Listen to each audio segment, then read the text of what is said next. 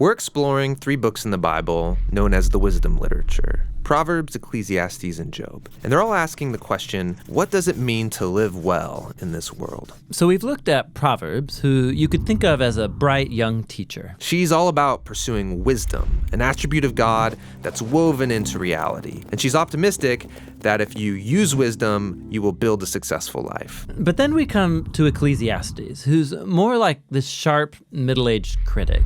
And he says, "You think using wisdom will bring you success.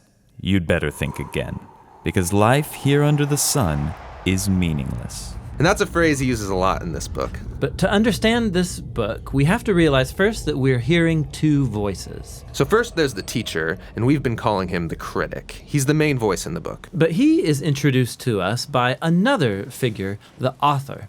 And he's the one who's collected the critic's words, and then at the end of the book summarizes everything and gets the final word. So why does the author want us to hear from the critic? Well, he wants to turn your view of the world upside down, and he's going to let the critic explore 3 really disturbing things about the world. And we should warn you, these are pretty intense. Yeah, so the first is the march of time, or as the critic says, Generations come and generations go, but the earth, it's been here long before us and will be long after.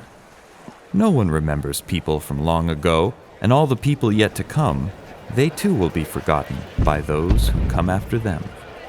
So, on a cosmic scale, you and I, we are just a blip.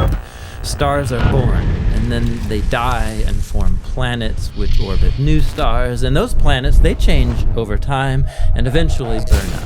And amidst this cosmic backdrop, my entire existence is like a blink in time. Which leads to the critic's second disturbing observation, that we are all going to die.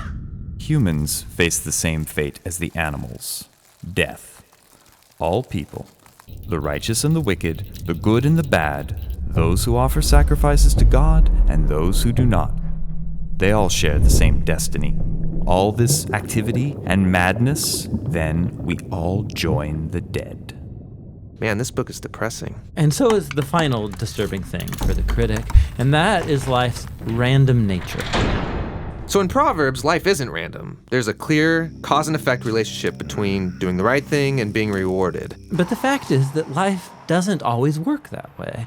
The critic has observed a glitch in the system. He calls it chance, or in his words, The race doesn't always go to the swift, or the battle to the strong, nor does food always come to the wise, or wealth to the brilliant, or favor to the educated.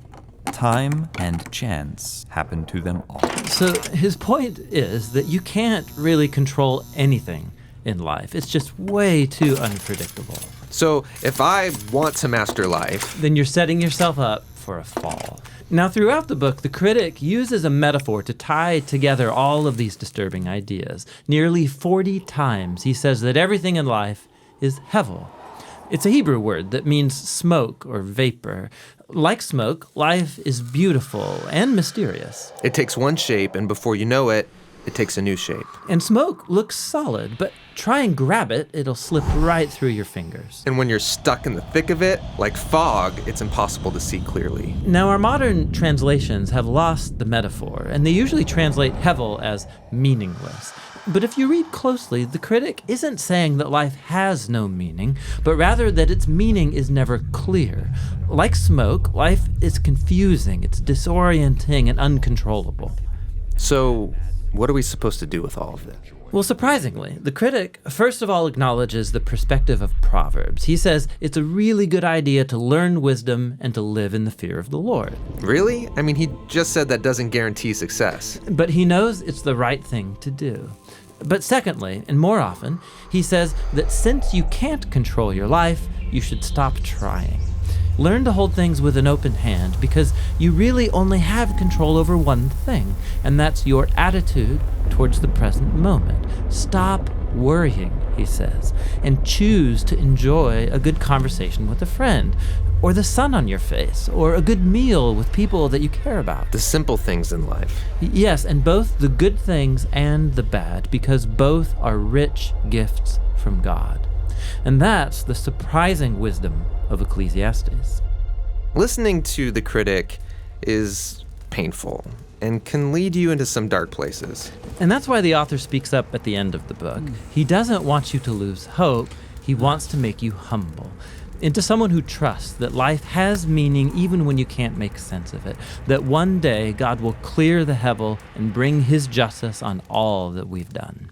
And so he tells us that the proper response to all of this is to fear the Lord and keep his commandments. And that's the book of Ecclesiastes. Now, there's one more voice in the Bible's wisdom literature, and that's the book of Job. And he will bring us the final, much-needed perspective on our journey into wisdom. Hey, thanks for watching this video. We make a lot more videos like this one here on our YouTube channel, so check them out. We believe the Bible is a unified story that leads to Jesus and has wisdom to offer the modern world. So we're making videos that explore all the books of the Bible, their main ideas and their unique design. We're also making videos about key themes that run through the whole biblical story. There's a lot more videos and series planned. And all of these Bible Project resources are possible because of your support. You can make a one-time gift, or you could become part of our growing monthly supporter team. And the goal is to make this whole video library available for free to anyone, anywhere. You can join us by going to jointhebibleproject.com. Download full resolution versions of these videos, posters, study guides. It's all for free there. You guys are awesome. Thanks for the support.